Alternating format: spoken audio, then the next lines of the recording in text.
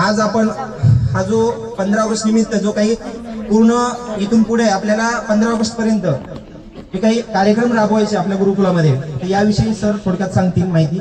सरांना मी या ठिकाणी पाचारण करतो. सर्वांनी टेबल क्लब समजायचे सरांसाठी. सर्वप्रथम सर्व विद्यार्थ्यांचे हार्दिक स्वागत. भारताचा राष्ट्रीय सण म्हणजे 15 ऑगस्ट हा आता या महिन्यात आहे, तर त्याचं औचित्य साधून राज्यभर वेगवेगळ्या शाळांमध्ये म्हणजे सर्व शाळांमध्ये विविध उपक्रम शासनाने घ्यायचे सांगितलेले आहेत. त्यामध्ये मग प्रश्नमंजुषा असेल, रांगोळी स्पर्धा, भाषण स्पर्धा, चित्रकला स्पर्धा, आपण या सर्व स्पर्धांचं आपल्याकडे आयोजन केलेलं आहे. आजपासून त्याची सुरुवात आपल्याकडे होत आहे. तर ती सुरुवात प्रथम प्रश्नमंजुषा या कार्यक्रमाने होत आहे आणि याचा फायदा तुम्हाला भविष्यात व्हावा, देशाविषयी राष्ट्राविषयी आपलं राष्ट्रप्रेम देशभक्ती वाढली पाहिजे, त्या उद्देशानं हे शासनाने सुरू केलेलं आहे. आणि म्हणून आपण आज आपल्याकडे प्रश्नमंजुषा हे कार्यक्रम घेत आहोत. तर प्रथम जो मोठा गट आहे म्हणजे 8 ते 10 त्या गटाचा ही स्पर्धा होईल. त्यानंतर 5 ते 7 आणि तिसरी चौथीचा हा शेवट होईल. त्यामुळे सर्वांनी आनंद घ्यायचा आणि पुढच्या परीक्षेमध्ये किंवा पुढच्या स्पर्धेमध्ये आपण खाली बसलेले त्यांनी कसं आपल्याला सहभाग होता येईल याचा आपण विचार करायचा. विद्यार्थ्यातील कलागुणांना वाव मिळण्यासाठी आपण स्पर्धा घेत असतो. त्यातीलच आज आपण 15 ऑगस्ट सणानिमित्त राष्ट्रीय सण जो आहे आपला, त्यासाठी आपण भव्य प्रश्नमंजुषा ही स्पर्धा राबवली आहे. यामध्ये आपण सर्वप्रथम 8वी ते 10वीच्या जसं गटामध्ये 3 गटामध्ये विभागणी केलेली आहे विद्यार्थ्यांची. तर पहिला गट आहे सत्यम गट, दुसरा गट आहे शिवम आणि आपल्या पाठीमागा आहे हा सुंदरम. अशा पद्धतीने 3 गट केलेले आहेत. त्या ठिकाणी 3 फेऱ्या घेणार आहोत. पहिल्या फेरीमध्ये प्रत्येक गटाला 2 प्रश्न विचारले जातील. पहिला प्रश्न थोडासा म्हणजे त्याची काठिण्य पातळी सोपा प्रश्न असेल, दुसरा थोडासा कठीण असेल. अशा पद्धतीनं सत्यम ला 2 प्रश्न, त्यानंतर शिवमला 2 प्रश्न आणि सुंदरम या तिन्ही गटाला 2-2 प्रश्न मिळतील, म्हणजे विचारले जातील. योग्य उत्तर दिलं तर प्रत्येक प्रश्नाला 2 गुण मिळणार आहेत तुम्हाला. प्रत्येक प्रश्नाला 2 गुण. लगेच फेरीमधली गुण तुमचे इथं मांडण्यात येणार आहेत. दुसऱ्या फेरीमध्ये 5 प्रश्न विचारले जातील. प्रत्येक गटाला 5 प्रश्न.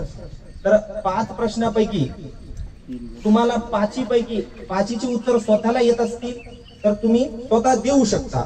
पण त्याच्यामध्ये एक तुम्हाला अशी म्हणजे लाईफलाईन ठेवलेली आहे की तुमच्याच आपले जे प्रेक्षक आहेत या प्रेक्षकामध्ये अवघड एखादा प्रश्न जर आला त्यांच्याकडून घेऊ शकता.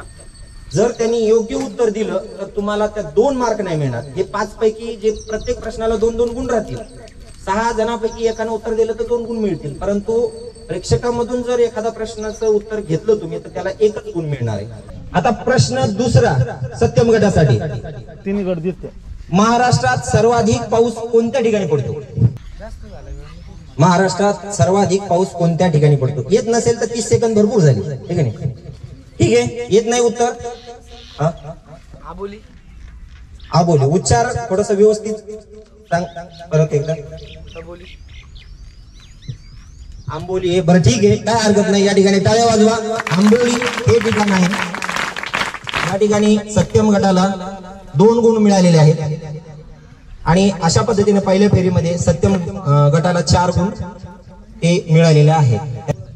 प्रश्न नीट आहे का? महाराष्ट्रात दक्षिण काशी म्हणून कोणत्या शहराला ओळखले जाते? महाराष्ट्रात दक्षिण काशी म्हणून कोणत्या शहराला ओळखले जाते? आपल्या जवळपासचं शहर आहे ते पैठण. व्हेरी गुड, टाळ्या वाजवा. प्रश्न दुसरा नीट आहे का? भारतात कोणती शासन प्रणाली राबवली जाते? भारतात कोणती शासन प्रणाली राबवली जाते? तुमचा वेळ सुरू झालेला आहे. भारतात कोणती शासन प्रणाली राबवली जाते? लोकशाही. बरोबर आहे का रे? हा, टाळ्या वाजवा मग. बरोबर आहे. या ठिकाणी शिवम पहिल्या फेरीमध्ये 4 गुण प्राप्त केलेले आहेत. आता सुंदरम गटाकडे आपण वळणार आहोत. सुंदरम गटाला आपण 2 प्रश्न विचारणार आहोत आणि सोपा प्रश्न आहे तुम्हाला. पहिलाच प्रश्न सोपा आहे, तो म्हणजे भारत देश कोणत्या खंडात आहे? सांगू शकता कोणी? सांगा. आशिया. आशिया खंडात. व्हेरी गुड, टाळ्या वाजवा. सुंदरम गटाला सुद्धा पहिल्या प्रश्नाला 2 गुण मिळालेले आहेत. लगेच आपण दुसरा प्रश्न त्यांना विचारणार आहोत. कोणते ज्योतिर्लिंग 12 ज्योतिर्लिंगापैकी एक ज्योतिर्लिंग जे आहे तर ते आपल्या छत्रपती संभाजीनगर जिल्ह्यात आहे. दोन्ही प्रश्न तुम्हाला या ठिकाणी. श्री घृष्णेश्वर मंदिर. घृष्णेश्वर बरोबर आहे का? श्रावण महिना सुरू आहे. कोण कोण गेलं होतं घृष्णेश्वरला? ठीक आहे. तर एकंदरीत या ठिकाणी सुंदरमनं सुद्धा पहिल्या फेरीमध्ये 4 गुणाची कमाई केलेली आहे आणि पहिल्या फेरीमध्ये प्रत्येक गटाला 4-4 गुणांनी आघाडी घेतलेली आणि सोबतच आहेत ते. या ठिकाणी पहिली फेरी या ठिकाणी समाप्त झालेली आहे. पुन्हा एकदा सर्वांनी टाळ्या वाजायच्या तिन्ही गटासाठी. दुसऱ्या फेरीचे नियम जे आहेत तर पहा, या ठिकाणी आपण दुसऱ्या फेरीमध्ये एकूण 5 प्रश्न विचारणार आहोत तुम्हाला. प्रत्येक गटाला 5 प्रश्न. आता या 5 प्रश्नापैकी सुरुवातीला सांगितल्याप्रमाणे तुमच्या 6 विद्यार्थ्यांपैकी उत्तर येत असेल तर तुम्ही उत्तर सांगायचे. जर उत्तर येत नसेल तर 5 पैकी एकाच प्रश्नाला तुम्हाला ऑडियन्स पोल ही लाईफलाईन वापरता येईल. म्हणजे विद्यार्थ्यांपैकी तुमच्या समोर जे बसलेले आहेत तुम्हाला उत्तर जर येत असेल तर जर विद्यार्थ्याने पुढच्या विचारलं तर आवश्यकता पडली त्यांना तर तुम्हाला येत असेल त्यावेळेस त्यांना वेळ दिला जाईल. ज्या विद्यार्थ्याला येते त्याने हात वर करायचा. मग हे विद्यार्थी पुढचे ठरवतील तुमच्याकडून उत्तर घ्यायचंय की नाही. येत असेल तर आता हात वर करू नका. ज्यावेळेस सांगितलं त्यावेळेस हात वर करायचा. ठीक आहे, सर्वांनी ऐकून घ्या. तर बघा अशा पद्धतीनं दुसरी फेरी आहे. दुसऱ्या फेरीमध्ये प्रत्येक प्रश्नाला आपण उत्तर दिलं तुम्ही तर 2 गुण मिळणार आहेत. या ठिकाणी सध्या निगेटिव्ह मार्किंग वगैरे नाहीये.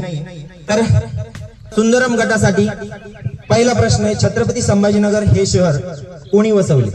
सांगता येईल उत्तर? औरंगजेब. औरंगजेब हे उत्तर चुकीचं आहे. आणखीन एक संधी आहे. तुम्हाला सांगायचं असेल तुम्ही सांगू शकता किंवा प्रेक्षकांकडून घ्यायचं असेल तर प्रेक्षकांकडून घेऊ शकतो. आता जर चुकीचं उत्तर सांगितलं तर प्रश्नच बाद होईल, मार्क पण गुण पण मिळणार नाही. बघा तुम्ही ठरवा तुम्हाला उत्तर सांगायचंय किंवा तुमच्याकडून घ्यायचंय किंवा पुढचे जे 4 प्रश्न आहेत त्यासाठी तुम्हाला त्यापैकी एकाला लाईफलाईन वापरायची असेल. वेळ या ठिकाणी संपत आलेला आहे तुमचा. वेळ संपलेला आहे या ठिकाणी. तर छत्रपती संभाजीनगर शहर सांगता येईल का रे तुम्हाला? ह्याचा काही कोणाला गुण मिळणार नाही. सांग बसा खाली. तर मलिक अंबर यांना हे शहर वसवलेलं आहे. ठीक आहे, उत्तर लक्षात ठेवा जेणेकरून भविष्यात तुम्हाला त्याचा फायदा होऊ शकतो. दुसरा प्रश्न आहे सुंदरम गटाला, भारतात एकूण अधिकृत भाषा किती? भाषांची संख्या. प्रश्न दुसरा नीट आहे का? भारत देशामध्ये अधिकृत भाषा किती आहे?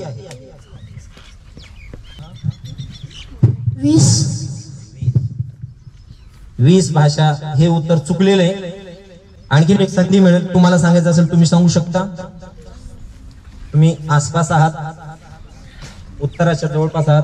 तुम्हाला घ्यायचं ऑडियन्स मधून एखाद्याकडून उत्तर जाणून घ्यायचं असेल तर 1 गुण मिळेल किंवा तुम्हाला सांगायचं असेल तर तुम्ही सांगू शकता. तोंडेला विचारायचे. ठीक आहे, वेळ संपत आलेला आहे. विचार कोणाला विचारायचं पटकन. सिद्धांत. सिद्धांत कुठे? हा उभा राहा. 22 हे उत्तर बरोबर आहे. काय होतं जोरात. आणि एकंदरीत सुंदरम गटाला 1 गुण या ठिकाणी मिळालेला आहे कारण की या ठिकाणी प्रेक्षकांमधून उत्तर मिळालेलं आहे. तिसरा नीट आहे का? भारताचा पहिला कृत्रिम उपग्रह कोणता? येते. वेळ या ठिकाणी संपलेला आहे. ठीक आहे, 0 गुण मिळालेला आहे तिसऱ्या प्रश्नाला. तर कृत्रिम उपग्रह जो आहे तो आर्यभट्ट हा कृत्रिम उपग्रह आहे. ठीक आहे, प्रश्न चौथा. स्वातंत्र्य दिनानिमित्त दिल्ली येथील लाल किल्ल्यावर ध्वजारोहण कोणाच्या हस्ते केले जाते? तर प्रश्न नीट ऐकलेला आहे. तुमच्यापैकी प्रधानमंत्री. प्रधानमंत्री बरोबर आहे का? भारताच्या लाल किल्ल्यावर आपल्याला ज्यावेळेस 15 ऑगस्टला म्हणजे स्वातंत्र्य दिनानिमित्त देशाचे प्रधानमंत्री या ठिकाणी ध्वजारोहण करत असतात आणि 2 गुण मिळालेले. टाळ्या वाजवायच्या. भारताच्या पहिल्या महिला पंतप्रधान कोण? भारताच्या पहिल्या महिला पंतप्रधान कोण? इंदिरा गांधी. ठीक आहे, तर उत्तर बरोबर आहे का? श्रीमती इंदिरा गांधी. या ठिकाणी शेवटच्या प्रश्नाला दुसऱ्या फेरीतील सुंदरम गटाला 2 गुण मिळालेले आहेत. आता एकूण या ठिकाणी स्कोरर दुसऱ्या फेरीमध्ये सुंदरम गटाला किती गुण मिळालेले आहेत? तर 5 गुण मिळालेले आहेत या ठिकाणी आपल्याला. आता पुढच्या गटाकडे आपण वळणार आहोत. शिवम गटाला दुसऱ्या फेरीतील पहिला प्रश्न आपण विचारणार आहोत. भारत देशाचा मोबाईल कोड काय आहे? भारत देशाचा मोबाईल कोड काय आहे? तर या ठिकाणी +91 हे उत्तर बरोबर राहणार होतं. तुम्ही फक्त 91 सांगितलेलं आहे, चिन्ह पण सांगावं लागेल, नाही 0. असा प्रश्न जो आहे तो आपल्याला शिवम गटासाठी विचारण्यात येणार आहे. भारतातील सर्वात मोठा धर्म कोणता? भारतामधील सर्वात मोठा धर्म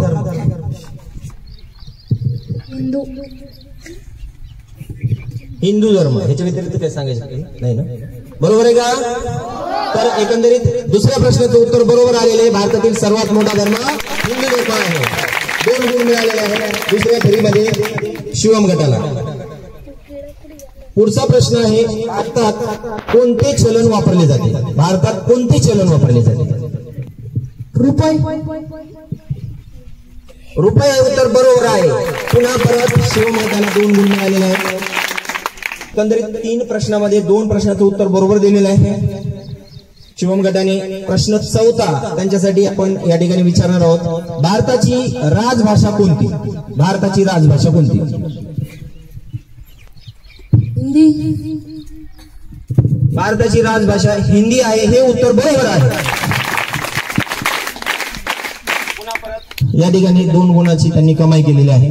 पुढचा प्रश्न आहे, या ठिकाणी 4 पैकी 3 प्रश्नाचे उत्तर त्यांनी बरोबर दिले आहेत. भारताचे बोध वाक्य कोणते? भारताचे बोध वाक्य येत असेल तर माईक तिथंच तुमच्या जवळ उत्तर सांगू शकता. सत्यमेव जयते. व्यवस्थित उच्चार करा. सत्यमेव जयते हे उत्तर अगदी बरोबर आहे. टाळ्या वाजवायच्या. आणि पुन्हा एकदा शेवटच्या प्रश्नाला सुद्धा त्यांना 2 गुण मिळालेले आहेत. एकंदरीत या ठिकाणी शिवम गटाला 5 प्रश्नापैकी 4 प्रश्नांचे त्यांनी उत्तर योग्य दिलेले असल्यामुळे 8 गुण मिळालेले आहेत. आता आपण वळणार आहोत सत्यम गटाकडे. सत्यम गटाला प्रश्न पहिला, माईक पास करा तिकडे. प्रश्न नीट आहे का? अशोक स्तंभ किती मीटर उंचीचा आहे? खास करून 9वी 10वीच्या विद्यार्थ्यांना येणं गरजेचं आहे. माईक जवळ आहे तुझ्या, उत्तर सांगू शकतो. 18.3. Very good. 18.3 हे उत्तर बरोबर आहे. पहिल्याच प्रश्नाला त्यांना 2 गुण मिळालेले आहेत. प्रश्न दुसरा, गीत जनगणमन कोणी लिहिले? राष्ट्रगीत जनगणमन कोणी लिहिले? तू हात खाली. तुला त्या प्रश्नाचं उत्तर आहे. तुला रवींद्रनाथ टागोर हे उत्तर बरोबर आहे. टाळ्या वाजवा. आता तिसरा प्रश्न, राष्ट्रध्वजाचे उत्तर किती? आपसात तुम्ही केलं तर लीक उत्तर होईल, त्यात येऊ शकतो. त्यामुळं आपसात उत्तर येत असेल तर शांत राहायचं. सांगा, वेळ सुरू झालेला तुमचा या ठिकाणी. माईक चालू कर. 3:2 हे उत्तर अगदी बरोबर आहे. प्रश्नाने सुद्धा त्यांना 2 गुण मिळालेले आहे. या ठिकाणी सत्यम गटाला या दुसऱ्या फेरीतला 4था प्रश्न आपण विचारणार आहोत. भारताचे प्रथम नागरिक कोणास म्हटले जाते? भारताचे प्रथम नागरिक कोणास म्हटले जाते? राष्ट्रपती. राष्ट्रपती हे भारताचे प्रथम नागरिक आहेत असं याचं उत्तर, त्याचं म्हणणं आहे. बरोबर आहे का? नक्की आहे. तर द्यायचे गुण मग ठीक आहे, देऊन टाकायचे. भारताचे प्रथम नागरिक हे राष्ट्रपती असतात. आणि आता शेवटचा प्रश्न या दुसऱ्या फेरीतला विचार करा. भारतातील प्राचीन विद्यापीठ कोणती? भारतातील प्राचीन विद्यापीठ कोणती? भारतामध्ये जे प्राचीन विद्यापीठ आहेत, परंतु नालंदा विद्यापीठ. कोणतं? नालंदा विद्यापीठ. बरं, आणखीन 2 सांगायचे विद्यापीठ. 2 आहेत. नालंदा विद्यापीठ हे उत्तर बरोबर आहे. आणखीन 1 विद्यापीठ आहे म्हणणार आहे.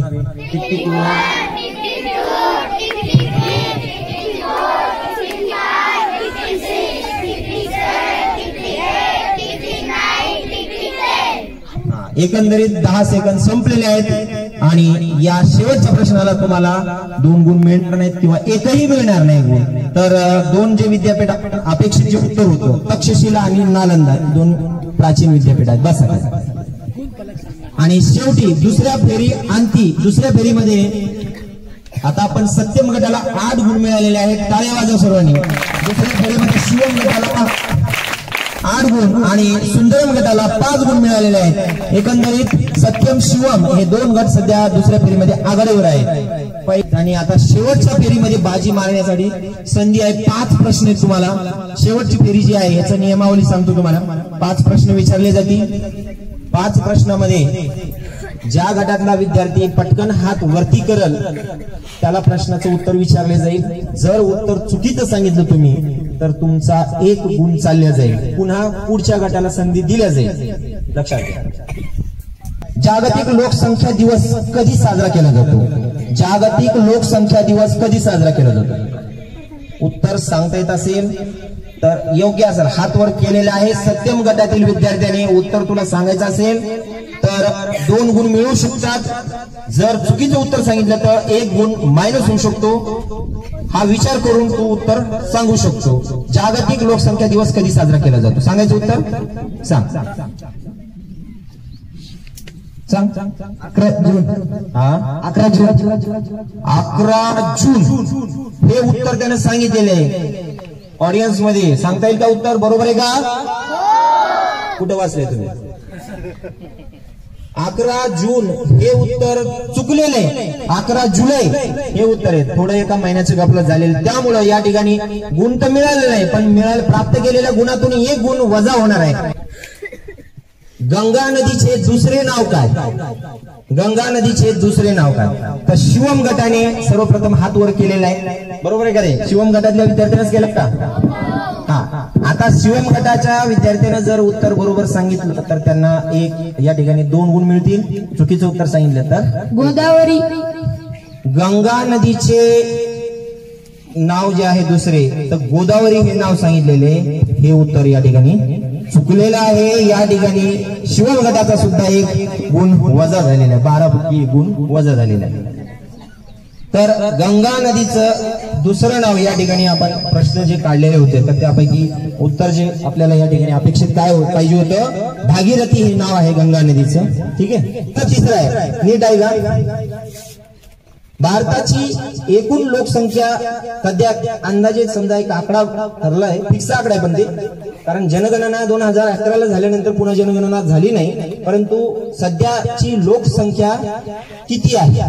कोटीमध्ये आहे ती. भारताची सध्याची लोकसंख्या किती आहे कोणी सांगू शकतं? इकडं आपल्याला सुंदर गटाने हातवर केलेलं दिसतोय.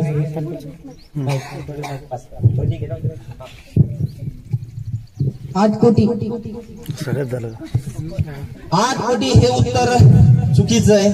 आणि या ठिकाणी पुन्हा परत सुंदरम गटाने सुद्धा 1 गुणाचं या ठिकाणी नुकसान झालेलं आहे. एकंदरीत शेवटच्या फेरीमध्ये 3 गटाचं एका गुणाचं नुकसान झालेलं आहे. अगोदरच सुंदरम गट पिछाडीवर होता त्यामध्ये 1 गुण आणखीन त्यांचा मायनस झालेला आहे. तर सध्याची भारताची जी आहे लोकसंख्या 140 कोटी आहे. ठीक आहे. आता पृथ्वीचे जे गोलार्ध आहेत तुम्हाला माहितच असेल. मोठे विद्यार्थी आहेत. तर त्या गोलार्धापैकी भारत देश जो आहे तो कोणत्या गोलार्धात येतो?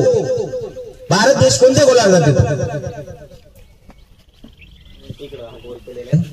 सुंदरम गटातील विद्यार्थ्यांनी हात वर केलेला आहे. आपण त्यांना प्रथम संधी देणार आहोत. माहिती उत्तर गोलार्ध.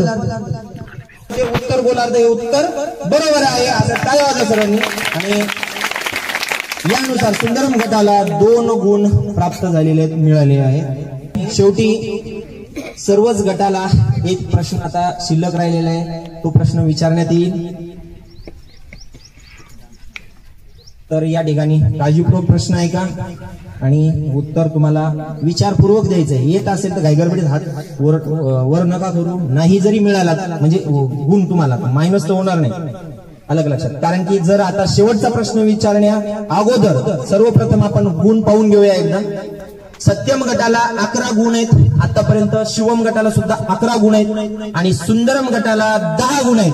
या ठिकाणी कोणताही गट विजय ठरू शकतो कारण 2 गुण प्रत्येकाला मिळाले. सत्यमनं जर 2 गुण घेतले तर या ठिकाणी 13 गुण त्यांचं म्हणजे होऊ शकतात एका या प्रश्नाने, आणि शिवमनं जर घेतले तरी पण त्या ठिकाणी 13 गुण मिळतील, आणि सुंदरमनं जर घेतले तर 12 गुणांनी तो आघाडीवर येऊन आता पिछाडीवर आहे सध्या, परंतु तो सुद्धा विजयी होऊ शकतो. पुन्हा एकदा टाळ्या वाजवायच्या तिन्ही गटासाठी. भारताचे पहिले इंटरनेट न्यायालय कोठे आहे? या प्रश्नाचं उत्तर माहिती आहे तुम्हाला? भारताचे पहिले इंटरनेट न्यायालय कोठे आहे? उत्तर आलंच तर 2 गुण मिळतील, नाहीतर 1 गुण वजा होणार आहे. उत्तर येत असेल तर सांगा. नवी दिल्ली. नवी दिल्ली हे उत्तर चुकलेलं आहे. संधी आणखी दिल्यासाठी सांगायचंय, सांगू शकता. एक शहर सांग. बेंगलोर हे सुद्धा उत्तर चुकलेलं आहे, आणि अशा पद्धतीने सुंदरम गटाला या ठिकाणी 0 मार्क म्हणजे निगेटिव्ह मार्क, या ठिकाणी 1 मार्क पुन्हा कमी झालेले त्यांचा. इकडं प्रेक्षकामध्ये उत्तर सांगणारे कोणी नाही. तर भारताचे पहिले इंटरनेट न्यायालय अहमदाबाद कुठे? गुजरातमध्ये. तर अहमदाबाद शहराच्या ठिकाणी आहे. तर एकंदरीत अशा पद्धतीनं ही प्रश्नमंजुषा 3 गटामध्ये रंगलेली होती. 3 गटामध्ये सत्यम, शिवम, सुंदर या गटापैकी आपण या ठिकाणी जर गुण पाहिले, सत्यमचे 11, शिवमचे 11 आणि सुंदरमचे शेवटी 9 गुण मिळालेले आहेत त्यांना. सांगायचं तात्पर्य की 11 गुणाने सत्यम, शिवम हे 2 गट या ठिकाणी आघाडीवर आहेत. आपल्याला या 3 गटामध्ये एकच गट विजय ठरवायचा आहे. तर सत्यम आणि शिवम या 2 गटामध्ये अंतिम सामना या ठिकाणी रंगणार आहे एका प्रश्नासाठी. तर सुंदरम गटासाठी एकदा खूप छान पद्धतीने त्यांनी उत्तर दिलेले आहेत. टाळ्या वाजवून त्यांचं सुंदरम गट जरी बाद ठरलेला असेल तरी आपल्याला त्यांना प्रोत्साहन द्यायचे. तर चला, या ठिकाणी सत्यम आणि शिवम गटातील सर्व या ठिकाणी स्पर्धकांनी सजग राहायचे. महाराष्ट्र राज्याचे पहिले मुख्यमंत्री कोण? शिवम गटाचा हात प्रथम वरती आलेला होता. उत्तर शिवम गट सांगू शकतो. यशवंतराव चव्हाण. श्री यशवंतराव चव्हाण हे महाराष्ट्राचे पहिले मुख्यमंत्री. तुम्हाला वेगळं सांगायचे का उत्तर? बरोबर आहे का रे? गुण द्यायचा, मग 2 गुण द्यायचे का त्यांना? तर बरोबर आहे उत्तर. शिवम गटाने बाजी मारलेली आहे अंतिम सामन्यामध्ये. या ठिकाणी एकंदरीत सामना टाय झाला होता, आणि टाय सामन्यामध्ये आपण शेवटचा प्रश्न विचारला होता आणि शिवम गटाने बाजी मारली. 2 गुण या ठिकाणी प्राप्त केलेले आहेत. शिवम गट या स्पर्धेमध्ये विजय झालेला आहे. सर्व विद्यार्थ्यांचे टाळ्या वाजवून आपल्याला हार्दिक अभिनंदन करायचे. उभं राहतो जागेवर. तर एकंदरीत आपण 8वी ते 10वी या गटामध्ये ही प्रश्नमंजुषा घेतली होती. तर या प्रश्नमंजुषेमध्ये शिवम गट विजय ठरलेला आहे. या विजयी गटाचं पुन्हा एकदा आपण अभिनंदन करणार आहोत.